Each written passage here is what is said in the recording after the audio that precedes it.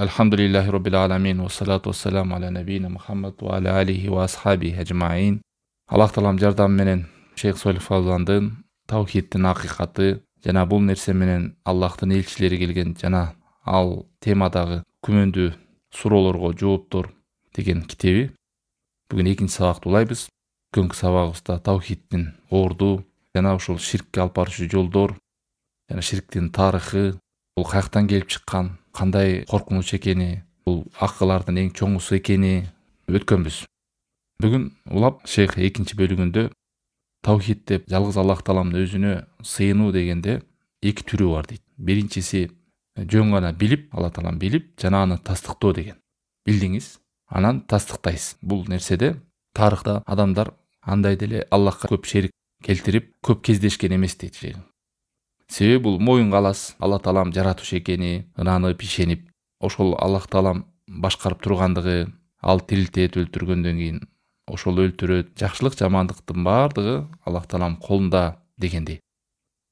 Адамзаттын тарыхында мына ушул нерседе талашып тартышып, жок, эки жаратуучу бар, же эки өлтүрүүчү бар деп Аллахка шерик кошкондорду деле таппайсыз. Керек болсо ушул мушриктер дагы бул түшүнүктө Аллахка шерик кылган эмес. Бул түшүнүктү четке каккан эмес. Муну Аллах Таалам дагы Юнус сүрөсүнүн 31-аятында ачык айткан. Кул майерзукукум минас самаи вал ард. Эй Мухаммад, айткын силерге асмандан, жерден ким ырыскыны түшүрүп турат, ким берип турат, ким силерге угууну, көрүүнү берди, ким силерди өлтүрөт, ким силерге жан берип тирилтет. Бул ааламды ким башкарып турат десе, алар айтышат дейт, Аллах Таалам өзү гана деп.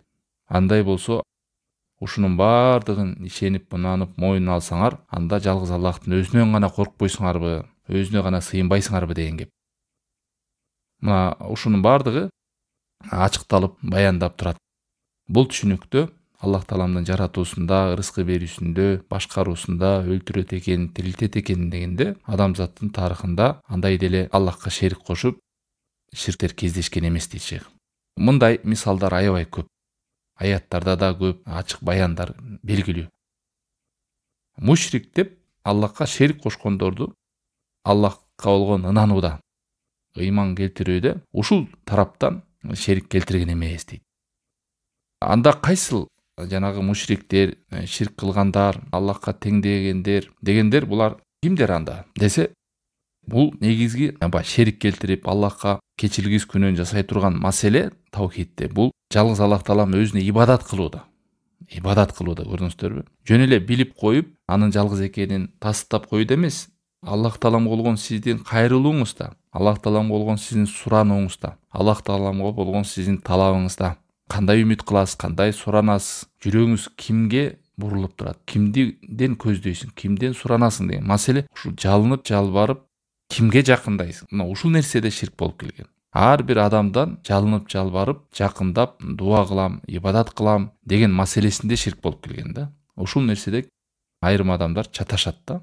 Ошон үчүн ла илаха иллалла дегенде ушул нерсени ачыктайт. Аллахтан башка сыйынууга татыктуу зат жок дегенде. Бул ибадатты айтып атат. Мына ушул нерсе менен түшүнгөндө ла илаха иллалла дегенде ибадаттын бардык түрүн жалгыз Аллах Тааламдын өзүнө гана арнап, жана андан башкага арнала турган нерсенин баарын не кылабыз? Арналат десе, ошонун баарын жокко чыгаруу, ошону кайтаруу же тыюу деген сөз. Бүттүгүн жалгыз Аллах Тааламдын өзүнө гана арноо деген сөз. Мына ошондуктан карасаңыздар ушул жерде жакшы түшүнөлү. Аллахтын элчиси пайгамбар саллаллаху алейхи вассалам ушул мушриктерден айтканда талап кылды. Силер ла илаха иллалла деп айтып койгула дегенде алар баш тартышты, айтпай. Эмнеге баш тартышты десе, себеби алар мунун маанисин түшүнгөн. Ла илаха иллалла десе, биз Аллахка гана ибадатты арнап, андан башка жанагы биз арнап аткан эстеликтер, буттар, кудайчаларга эч кандай ибадатты арнабайт экенбиз, сыйынбай калат экенбиз деп анан ушул сөздү айтышкан. Сот сүрөсүнүн 5-аятында биз эмне кудайчаларыбыздын баардыгын, ар кандай буттарга сыйынгандарыбыздын баардыгын бир жалгыз Аллахтын өзүнө гана бир эле кудайга арнап салабызбы? Бул өтө таң калыштуу, акылга сыйбаган нерсе деп Аллахтын элчиси пайгамбар алейхиссалату вассалам менен алар келише албай, келимени айтуудан баш тартып келген ушуда. Ушул нерседе талашып тартышуу болгон да. А эгерде жалгыз кудай бар, ал өлтүрөт, ал тирилтет, ал жаратат, ал ырыскы берет десе, бул нерсени мушриктер деле билген. Себеби алар илиминде түшүнүшкөн. Эгерде бул сөздү биз айтып сала турган болсок, анда биздин бул Меккедеги жанагы буттарга сыйынып аткан сыйынуучу жайларыбыз, эстеликтерибиз бардыгы туура эмес, бардыгы жалганга чыгат, бардыгы болбой калат деп. Себеби ибадат дегенде, ушуну эстеп калыңыздар, тууган ибадаттын мындай шариаттагы аныктамаларын бири бул бардык нерсени камтыган. Ибадат дегенде эмнени түшүнөм десе, ушинтип элестетиңиздер. Ибадат дегенде бардык нерселерди камтыган. Ал нерседе эмнени камтыйт десе, ошол нерсени Аллах Таалам жакшы көрсө, ал нерселерден Аллах Таалам ыраазы болсо, мейли ал амалдар болсун же сөздөр болсун, мейли алар сырткы болсун, ички болсун. Ичиңдеги ойлогон ойлоруңуз, сөздөрүңүз, ички амалдар, сырткы амалдар. Мына ушулардын бардыгына кайсысынан Аллах Таалам ыраазы болсо, кайсысынан Аллах Таалам жакшы көрө турган болсо, мунун бардыгы эмне болуп саналат? Ибадат болуп саналат. Ал эми кимде ким ла иляха иллаллахты айта берип, бирок Аллахтан башкага сыйына бере турган болсо, анда айткан сөзүнө кылган амалы каршы болот. Жардам бербейт келмеси. Көрдүңүздөрбү? Мындай таң калыштуу да. Кээ бир адамдар ушул нерсени тастыктап билип туруп, жалгыз Кудай бар экенин, ал жаратат экенин, ошол башкарат, ошол тирилтет деп билдиңизби, мойнуңузга алдыңызбы? Анда болду, ушуну түшүнгөндөн кийин сыйынууну дагы, ибадатты дагы ошол жалгыз Аллахтын өзүнө арнайм деген. Бул акыл дагы кабыл алат. Адамдын түшүнүгүндө бул ички менен сырткы дал кешик. Ичиңизде ынанып, ишенип, иман келтиргенден кийин болду, анда ибадатты дагы, жакындоону дагы, ибадаттын бардык түрлөрүн жалгыз Аллах Тааламдын өзүнө гана арнаш керек. Ошондуктан бүт пайгамбарлар, Аллахтын элчилери келгенде коомунан сураган. Силердин дайыңар ким? Роббиңер ким? Жалгыз Алла деп ушул нерсени ачык айткандан кийин болду, анда андай болсо эмнеге ага сыйынбайсыңар? Эмнеге анда буттарга сыйынасыңар? Деп аларга өздөрүнүн иман келтирген, ынанган нерсесинин негизинде эле кайра өздөрүнө суроо берген. Ушул нерсени талап кылган. Ал эми бир атеист келип, же бир такыр Кудай жок, бул алам өзү эле жаралган дей турган болсо, анда кеп башканда. Берде ушул Аллах Таалам бар деп туруп, Кудай Тааламга ынанып, иман келтирип туруп, башка нерселерге сыйынып кеткендер жөнүндө. Анам сүрөсүнүн 102-аятында Аллах Таалам айтат: "Заликумуллаху роббукум", ал силердин Роббуңар, Аллах Таалам, ла иляха иллаху, андан башка сыйынууга татыктуу зат жок, ал өзү гана. Холику кулли шей, ал бардык нерсени жаратты. Мына ошондуктан фа'будуху, ошонун өзүнө гана сыйынгыла деп Аллах Таалам Куранда да баяндап атат. Көп аяттарда. Валейин саалтахум ман халакас самавати вал ард ла якулунналлах. Алардан, мушриктерден сурасаң, асманды, жерлерди ким жаратты десең, алар Аллах деп айтат. Андай болсо, силерден зыянга түшүп калсаңар, зыяндан ким куткарат десе да Аллах Таалам деп айтышат. Жана башыңарга кыйынчылыкты да кимдин уруксаты менен келет десе, аны да Аллах Таалам деп айтышат. Андай болсо, жалгыз Аллах Таалам өзүнө сыйынгыла деген чакырыктар аябай көп. Бул нерсе адамдын табиятында бар. Бул нерседе талаш тартышкан эмес мушриктер. Бир гана бир тайпа адамдар болгон экен. Ушул нерседе ынанбагандар, талашып тартышкандар. Алар кимдер десе, жанагы дахрия деп коет. Алар бир заман убакыт гана ушинтип адамдар картайса жер жута берет, кайра жатындар төрөй берет деген мындай түшүнүктүү адамдар болгон мурункуда. Бизди тек гана ким өлтүрөт десе, заман эле өлтүрөт деген да. Ушу картаябыз, өлөбүз. Жакшы болсоң кайра келесиң, жаман болсоң кайра доңуз болуп келесиң, же чочко болуп келесиң деген, же такыр келбейсиң деп эле ушуну түшүнүп келишкен адамдар болгон. Ушулар гана Аллах Тааламды жокко чыгарып, акыретте жок, бул дүйнөгө бир жараласың болду, экинчи жаралбайсың деген адамдар бар болгон. Мына ушулар гана танганда. Аллах Таалам Джафия сүрөсүнүн 24-аятында айтат: "Ва қалу ма хия илля хаятуна дуnya, намуту ва нахя ва ма юхликуна илля дахр". Алар айтышат, бул жашоодон, бул дүйнөдөн биздин жашоо ушул гана. Өлөбүз, тирилебиз, бизди тек гана заман гана өлтүрөт деген. Мындай картайып улгайып эле өлөбүз болду деп. Булар эч кандай далил алып келген эмес бул ойлоруна, бул пикирлерине. Болгону алар күмөндүн үстүндө экен. Ушинтип эле ойлойбуз деген да. Бир нерсени ойлоп койсоңуз эле ал акыйкат болуп калбайт да. Мына ушундайларга да Аллах Таалам жооп берген. Тур сүрөсүнүн 35-36-аятында: "Ам хулику мин гайри шейин ам хумул халикун". Алар не жаратуучубу? Ушуларга, ынанбагандарга. Өздөрү эле жаралып калдыбы жөн эле. Же алар асмандарды, жерлерди жараттыбы? Кандай булар түшүнбөйт? Кандай булар ынанбайт? Акыл да ошо берет. Жөн эле жаралып калдыбы?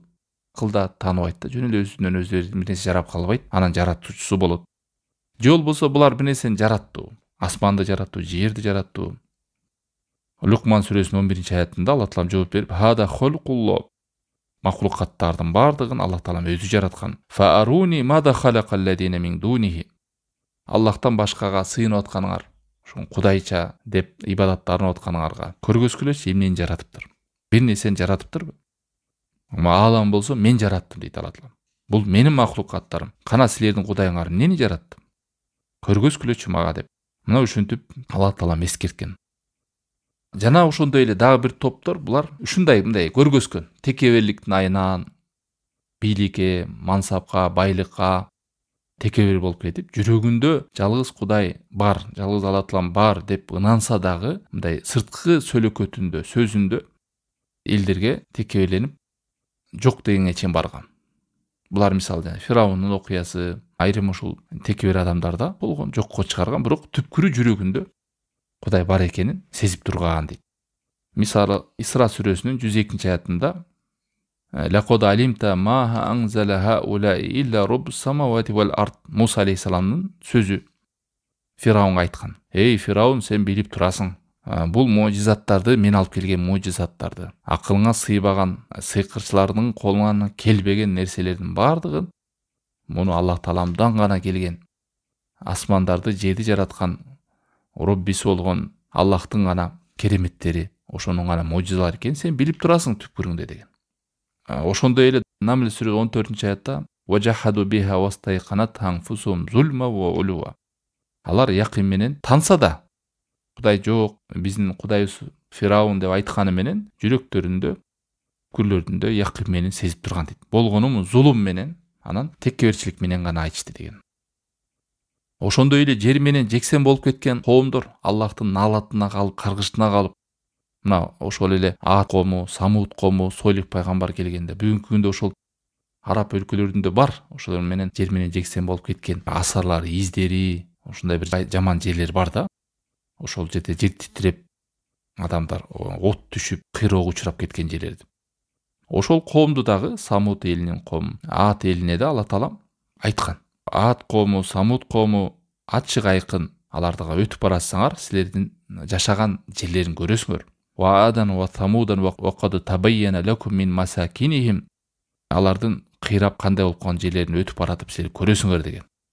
Шайтан аларга амалдарын кандай кылып кооздоп койду, Аллахтын жолунан кантип аларды тосуп салды.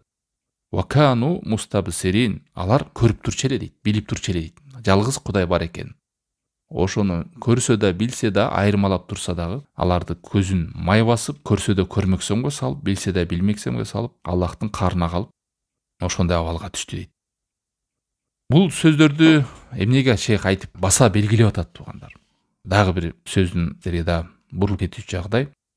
Ушинтип ишенип койгон, Аллах таалам бар деп койгон, жаратат, тирилтет деп койгон нерсе менен сен таухидти билип, түшүнүп, ширкти айырмалап калдың деп бүтүп калбайт деп атат маселе. Бул түшүнүк мушриктердин түшүнүгүнөн өйдө чыкпайт. Качан туура таухид жалгыз Аллахтын өзүнө гана так ибадат арналат, качан ибадаттын бардык түрүн жалгыз Аллахтын өзүнө гана арнаганда гана. Кадимкидей жаратууда, ырыскы берүүдө жалгыз өзү гана деп ыйман келтирип ишенгендей, эми ибадаттын бардык түрүн жалгыз өзүнө арна дейт. Мына ушул мурунку коомдор ушул ибадаттарды арнабагандыктан ушундай кыйроого, ушундай азапка, ушундай наалатка, абалга кептелишти. Душар болушту. Алардын Кудай бар экенине ынанып койгону, ишенип койгону жардам берген жок буларга. Ал эми шайтан бүгүнкү күндө адамдарга алдайт. Эми Кудай деген кур калбайт. Аллахка ишенип атпайсыңбы? Жүрөгүңдө главный иман жүрөктө болсун деп коет дагы, ошо менен канча адамдар өтүп кетип атат. Ал жүрөгүндө коркуусу, үмүтү, сураганы, талабы, дуасы, каалоосу бир гана жалгыз Аллахтын өзүнө гана арнайбы? Маселе ушу ибадатты жалгыз Аллахтын өзүнө гана багыттайбы? Же жөн эле ишенип коюп, Кудай бар деп коюп эле жашоосу өтүп кетип атабы? Кадимки мурунку мушриктердин түшүнүгүндөй эле болду. Деп ушул нерсени түшүнүктү жакшы айырмалады атат шейх сөзүндө. Мына ошондой эле Бул түшүнүктө мындайча айтканда ширк деле болгон эмес дейт. Кудайдын бардыгында, ырыскы берүүсүндө, башкаруусунда болгону бир дагы топ бар, жана мажустар деп коет. Алар эки кудай бар деп айтышкан. Бири нур, жарыктыктын, ал жакшылыктын кудайы, анан караңгылык, ал жамандыктын кудайы деген. Бирок аларга деле келип сурасаң, бул экөө тең келеби десе жок деген да. Алар негизгиси бул жакшылыктын кудайы нур, ушул негиз деген. Ал эми караңгылыктын кудайы бул андан кийинки деген да. Кийин пайда болгон деген. Керек болсо ошо ширкте ошондой түшүнүктүү болсо да алар бир нерсеге мындай айткан бириккен деп атат. Жалгыз эле кудай бар экендигине деп. Кийинкисин бөлүп койсо деле шейх сөзүндө улап. Христиандарга карап көрөлү дейт. Христиандар деле 3 кудай бар дегени менен алардан сурап келсең, атасы же баласы, аялы деп айтканы менен негизги кудайы булар кудай бар дейт да. Ушул атасы дейт. Бардык жакшылык ошонун колунда деп айтышат. Мунун баары айтайын деген бардыгы бул нерседе бириккен. Адамзаттын тарыхында бардыгы эле бир жалгыз кудайлыкка ынанууда, ишенүүдө ынанып келишкен. Бирок ушунун баардыгын айтып келип шейх айтып атат. Ынанып, ишенип койгонуң менен исламың толук болуп калбайт. Исламга кирдиң болуп саналып калбайт ушул түшүнүк менен дейт. Ушул түшүнүккө сөзсүз жалгыз кудайга арноо деген нерсени алып келишиң керек. Канча деген капыр коомдор, мушриктер мына мындай түшүнүктө жашап келди, бирок муну менен алар мусулман болуп калган жок ошондой ишеним менен. Себеби алар жалгыз Аллахтын өзүнө гана арнай турган ибадатты алып келген эмес дейт. Муну жаңы дагы эскердик, тарыхтан дагы, аяттардан дагы, муну коомдордон дагы. Мына ошондуктан пайгамбарлар коом менен күрөшкөндө дайыма ушул нерсени эскерип келген. Эй, силер кызык эле коом экенсиңер. Кудай бар дейсиңер. Ошол жаратат, ошол тирилтет деп, эмнеге андай ибадатты ошонун өзүнө арнабайсыңар деп өздөрүнө суроо берип келген. Эмнеге буттарга сыйынасыңар? Эмнеге арбактарга сыйынасыңар? Эмнеге талдарга, эмнеге периштелерге? Эмнеге пайгамбарларга сыйынасыңар? Эмнеге өлүктөргө? Таш, суу, жылдыз, ай, асман, башка нерселерге сыйынасыңар. Жакшылык, жамандыктын баары ушул кудуреттүү Кудайдын колунда десеңер, анда өзүнө гана сыйынбайсыңарбы деп өздөрү ынанган нерсени кайра такалап өздөрүнө суроо берип келген. Тилекке каршы ушул нерсени түшүнбөсө бүгүнкү күнүдө айрым мусулмандар кайдыгейликтен, караңгылыктан билбей ла илаха иллалла деп айтып алып, бирок ошого каршы амалдарды кыла бериши мүмкүн. Жанатып барып кабырлардан сурагандар, мазарлардан барып сурагандар, булактарга баргандар, ыйык жерлерди издегендер, бул жерге барсаң ушундай жакшылык келет экен, башыңа бакыт конот экен деп канча түрүн көрүп келесиз мына. Ошон үчүн шейх берди бул нерсени баяндап берип атат. Көзүңөрдү ачкыла. Кудай бар деп койсоңор маселе бүтүп калбайт. Аллах таалам жалгыз деп койсоңор маселе бүтүп калбайт. Ал өлтүрөт, тирилтет, жакшылык баарды ошонун колунда деп ынанып калсаңар эле имандуу болуп, исламда мусулман болуп калбайсыңар. Качанга чейин ибадатты толук Аллах тааламга арнамайчы. Бул нерсени Аллах таалам өзү дагы мына Бакара сүрөсүнүн 21-22 аятында Я Юханнас, эй адамдар, убуду роббакум, Роббиңерге гана сыйынгала. Аллади халакакум, ал силерди жаратты го. Валладина мин кабликум, силерге чейинкилерди да жаратты го. Лааллакум таттакун, но ошондо өзүнө гана сыйынсаңар силер таква болосуңар. Жакшылыкка жетесиңер, тозоктон оолак болуп, бейишке киресиңер. Аллади жаала лакумул ардо фираша вассамаа бинаа, ал силерге жерди килемдей кылып, төшөктөй кылып жазып берди.